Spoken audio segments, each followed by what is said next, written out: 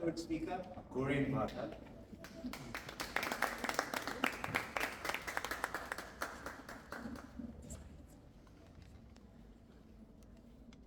Well, let me ask you a question.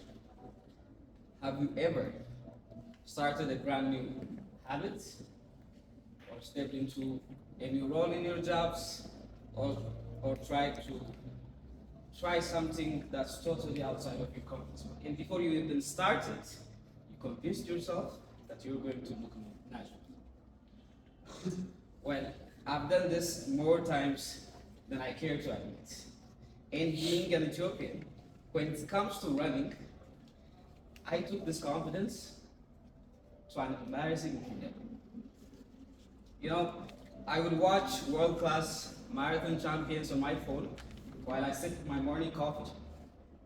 And that voice inside my head whispered, you know, you have that running DNA in your blood. And if you really wanted to, you could just start and your ancestors would take over. So a few months ago, after seeing endless social media posts about people running impressive distances and unlocking peak performances, I decided that it was time for me to claim my inheritance. I decided to become a runner.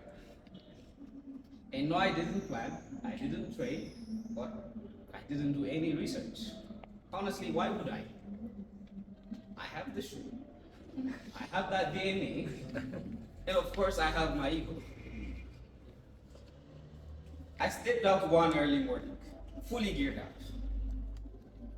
I got my watch, my shoe, and my running outfit. And if you looked from outside, I didn't look like a guy who's going out for a jog. I looked like a professional athlete about to represent his country. I started running. 2 minutes in, felt amazing, glorious. And that voice inside my head shouted, look at you, look at your form. You're flying, you're like an eagle. But then, minute 3 happened. My niece, they called an emergency meeting with my brain.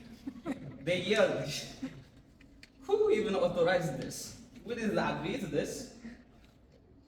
Came the 5th minute.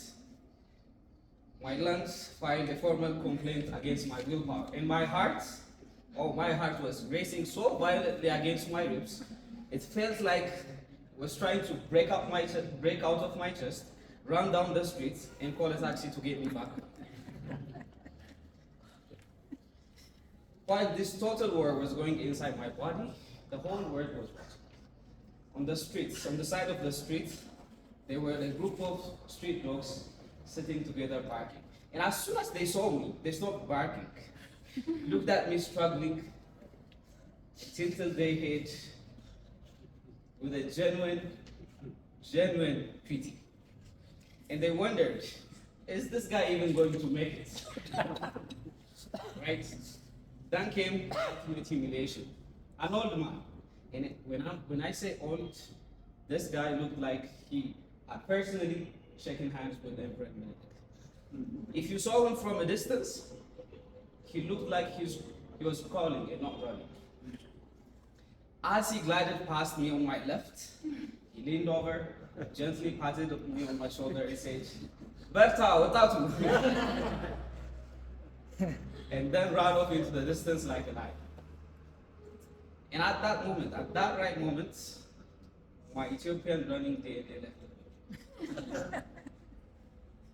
I sat down, I collapsed into the curb of the street as I was gasping for air, feeling completely devastated.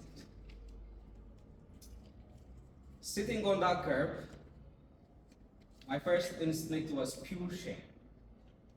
Because according to modern rules, if you don't execute anything or something flawlessly, if you don't make a perfect social media post about it, or if you don't look majestical when you do it, did you even really try it?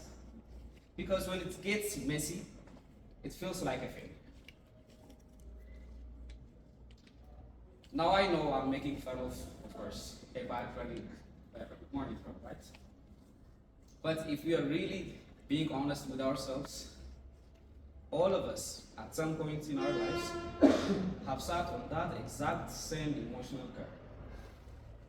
How many times have you put something off that you genuinely cared about?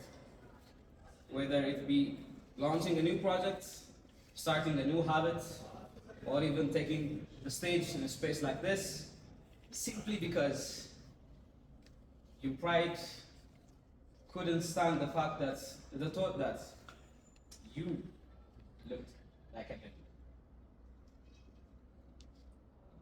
We have all been there. Now, how do you come from that? Right? We all do this at our jobs, at our public speaking, our personal relationships. We stay silent because we're scared of asking or afraid of asking a dumb question. We don't launch that project because the plan isn't perfect, right? We don't start that habit because we're terrified of looking like a beginner. So tonight, I leave you with this. Perfection doesn't push us forward. It only leaves us sitting in the couch. So take the steps, stumble forward, let people see you fail, laugh at your own egos, and keep showing up anyways. Because no one, and I mean no one, ever achieved greatness by being too proud to look foolish on day one.